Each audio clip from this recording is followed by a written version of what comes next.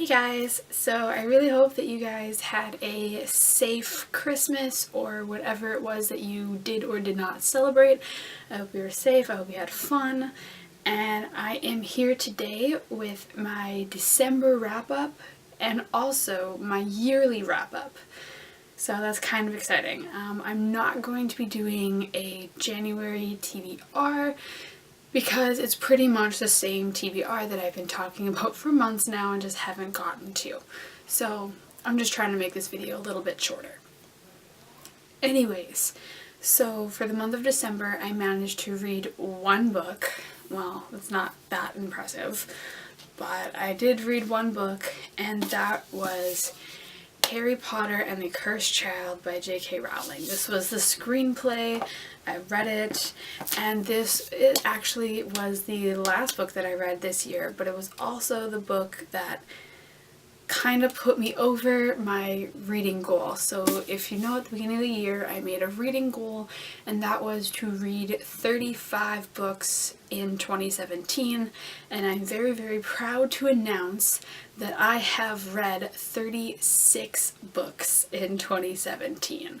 So yay me, it's awesome, let's do this. I was going to try, I still might get 37 books because I'm reading Turtles All the Way Down by John Green, and I'm about halfway through, or a little more than halfway through, so maybe I'll get to 37, but not by this video, obviously.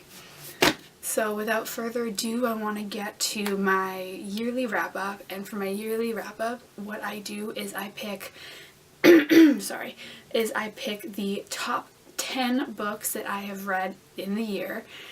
And I also pick, as always, 2 honorable mentions that didn't quite make the top 10, but they were still really good and I wanted to mention them. So here we go. Let's start at honorable mention number 12. So the first book that didn't quite make my list this year was Eve the Awakening by Jenna Moreci. This one is super, super good. It's very unique. I haven't really read anything like it. And the author has a platform on YouTube and website, and she gives great writing advice, and she's a self-published author, and so this was just really good all-around experience for me. That's why it made an honorable mention. Honorable mention number 11 goes to Blood Rose by Andrea Cremer. I've finally read this book. I've had this book for literally years, and I've read the first 2 multiple times trying to get into this one, but I haven't been able to. But I finally this year finished this book, and I'm a little upset that I didn't read it sooner because it was really good, and I thought it was a really good conclusion to a trilogy. The only reason I think it's an honorable mention is because something in it, no spoilers, something in it that I wanted to happen didn't happen, and I'm a little bit bitter about it, but that's the only reason this is honorable mention number 11 and not book number 10. So, and here we go. Number 10 on my list of top favorite books in 2017 is Outlander by Diana Gabaldon. This book was really, really good. I really enjoyed it. I have all the other ones. I think I've read the second one and maybe a quarter of the way through the third one. But this one I think will hold a special place because it was the first one, and it's so just oh my god. It is problematic. I am not gonna lie and say that it's not, and that's part of the reason why I stopped reading the third one, is because it just got too for me. Maybe I'll give it another shot in the future in 2018, but right now this one I think deserved a spot on my plate. Can't speak. This deserved a spot because I really enjoyed it and I really enjoyed reading it, so that's what I gotta do. This is number 10. Number 9 on my best books of 2017 list is The German Girl by Armando Lucas Correa. So this one was really good. It is historical fiction about World War II and the Jewish refugees going to Cuba, and I really, really enjoyed it. It was very, very well told, and it was really, it was real. It was real, and it kind of hurt a little, but like in a good way. So definitely made my list. I'm so happy that I read this year, and I would highly recommend reading it, especially if you like historical fiction. So this one. Number 8 on my list is Wishful Drinking by Carrie Fisher. Super quick, super easy read. It was so funny. It was Carrie Fisher, I think, has 3 autobiographies. This is her first one, and I'm so happy that I read it. There's so many good quotable moments from it, and it was just a nice look into her life, and I just really loved it, and I can't wait to read her other autobiographies. So this definitely got number 8 on my list. Number 7 on my list is a reread, but I still made the list, and that is The Host by Stephenie Meyer. I've read this book, I think, at least 3 times at this point, and every time I read it, I love it a little bit more. It's one of those books that I think that everyone should read, regardless of your feelings of Twilight. Give this book a shot. It is 100 times better than Twilight. It is so unique. It is so heartbreaking, and just, it's amazing. And so I needed to put it on my list somewhere, but I felt really guilty putting it as number 1 because it's definitely one of my favorite books of all time. So number 7. Number 6 on my list is Monster by Michael Grant. This is the first book of the continuation of the Gone series. I love it.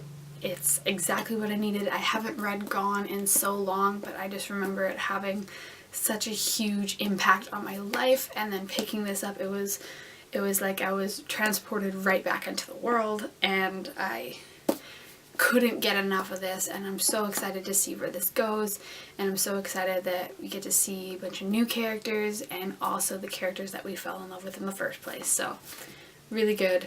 High recommend if you haven't read it yet, but read the Gone series first.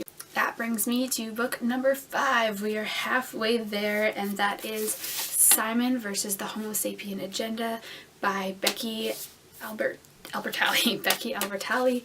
This was so fun. This was so cute. I got through it so fast, and I loved it. I absolutely loved it. It was a really, really great contemporary. Like, it wasn't too stressful. It was just a really fun read, and I'm so glad that I read it, and they're making a movie of it, and I'm really excited. And if you haven't read this, I really recommend reading it, and it kind of matched today. Number 4 is a bit of a surprise to me, but that is Lord of Shadows by Cassandra Clare, and I haven't really, don't get me wrong, I've really enjoyed a lot of Cassandra Clare's books, but I never thought that I'd really get into one again. But Lord of Shadows, the reason that this is on my list is specifically for the last bit of the book. If you've read it, you know, but it just made me so excited for the next one. And you know, there's some, I always find a problem with her books is that I only like some of the characters, that I don't like all the characters, which I get it, people don't like every character, I get that, but the characters that I don't like kind of get annoying to me, and they usually have more screen time. Like, I don't like the main characters in her books. I like the side characters in her books, and I want to know more about it. So the reason this is on the list is because of the side characters and the last thing that happened in the book, and if you've read it, you know what I mean, because it was... But yeah, so this is number 4, is Lord of Shadows.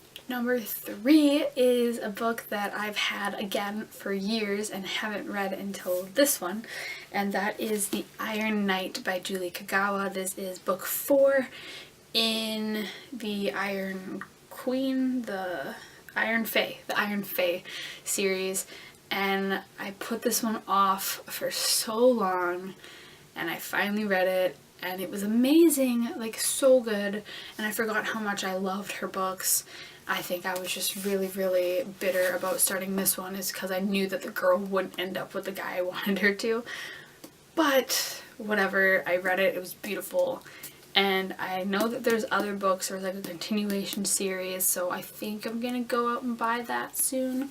hopefully maybe I'll do a whole reread of this series in 2018. We'll see.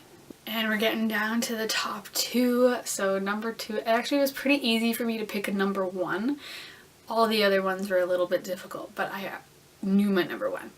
But anyway, my number 2 is Harry Potter and the Order of the Phoenix by J.K. Rowling.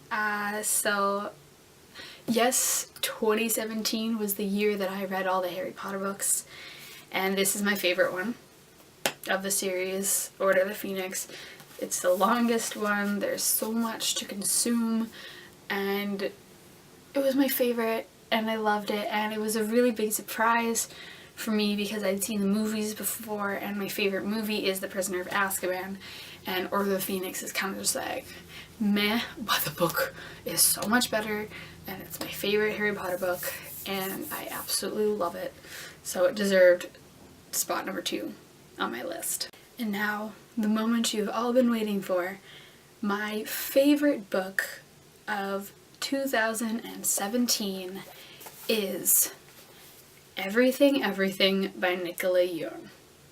This book I read in a couple hours. It's super small. It's a really easy read. It's so dang cute, and it's really awesome. I've never read anything like it, and I wish there was more of it, but I absolutely adored it. There was no question in my mind when I was making my top 10 list that this was book number 1. If you haven't read it yet, highly recommend it. Please read this book. It's adorable. So that's it, guys. That was my 2017 wrap up. My next video, I will see you in 2018. So, as always, please comment what you thought on this video, and please subscribe to my channel. I put out new videos every Tuesday. Please go check out my social media, my Instagram and my Twitter for frequent updates on my writing. And also, if you go to my website, Chapter 1 of my manuscript Roses is available for you to read. And like always, thank you so much for watching, and have a safe and happy new year. Bye!